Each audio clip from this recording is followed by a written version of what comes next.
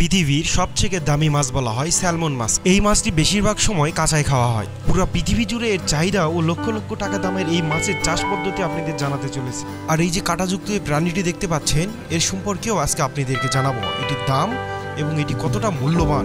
প্রথমে সাইমন মাছের ডিম সংগ্রহ করা হয় এবং এরপরে এই ডিমগুলো বিশেষ ল্যাবে পরীক্ষা করা হয়।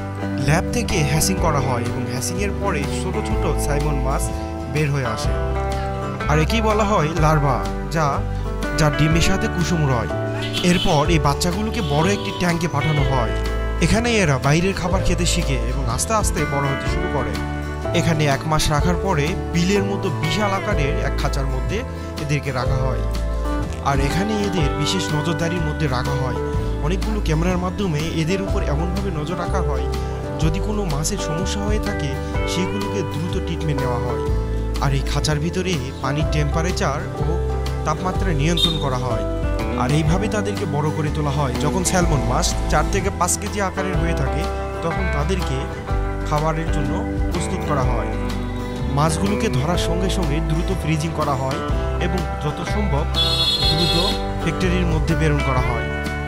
আর এই ফ্যাক্টরির মধ্যেই মাছগুলোকে কেটে মাছগুলোর কাটা আলাদা করা হয় এবং সুন্দর করে তাদের মাংস প্রসেসিং করা হয়।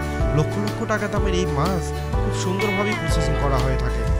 দক্ষ কর্মীর দ্বারা মাছের কাটাগুলোকে যেমন আলাদা করা হয়, তেমনি সুন্দরভাবে প্যাকেজিংয়ের কাজ করা হয় এবং ঠান্ডা ও ছলছল পানিতে পরিষ্কার করে একদম ফ্রেশ করা হয়। আর এইভাবেই মাছগুলো তার একের পর এক ধাপগুলো পরিবর্তন করে সুপার শপের মাধ্যমে আমাদের হাতের নাগালের মধ্যে চলে আসে। ফিয়ারশিপ, বাংলায় এগুলোকে সমুদ্রের কাটা মাছ বলা হয়। গভীর সমুদ্রের মধ্যে এগুলো দেখা পাওয়া যায়। ছোট্ট নেট বা হাত দিয়েই এগুলোকে ধরা হয়। এই মাছগুলো একটা ফ্যাক্টরির মাধ্যমে নিয়ে আসা হয় এবং এ থেকে কাটা এবং খোলস আলাদা করা হয়। এবং এই মাছগুলো অনেক দামি হয়ে থাকে, কেননা এই মাছগুলো অনেক রেয়ার হয়ে থাকে এবং সমুদ্রের অনেক গভীর থেকে এগুলোকে ধরা হয়ে থাকে। এবং সমুদ্রের গভীর থেকে ধরার কারণে এর কেয়ারিং খরচ অনেক বেশি হয়ে থাকে। এবং এই মাছগুলোর যে ডিমগুলো বের হয় তার পরিমাণে খুবই অল্প, যার পরিমাণে এটি অনেক দামি হয়ে থাকে। পাথরের কোনায় এবং বিভিন্ন গভীরতায় থাকার কারণে এই মাছগুলোর দাম এমনিতেই অনেকটাই বেশি হয়ে থাকে। প্রিয় দর্শক, এতক্ষণ যারা ভিডিওটি দেখে থাকলেন অবশ্যই ভিডিওটিতে একটি লাইক দিবেন এবং চ্যানেলটি সাবস্ক্রাইব করতে ভুলবেন না। সবার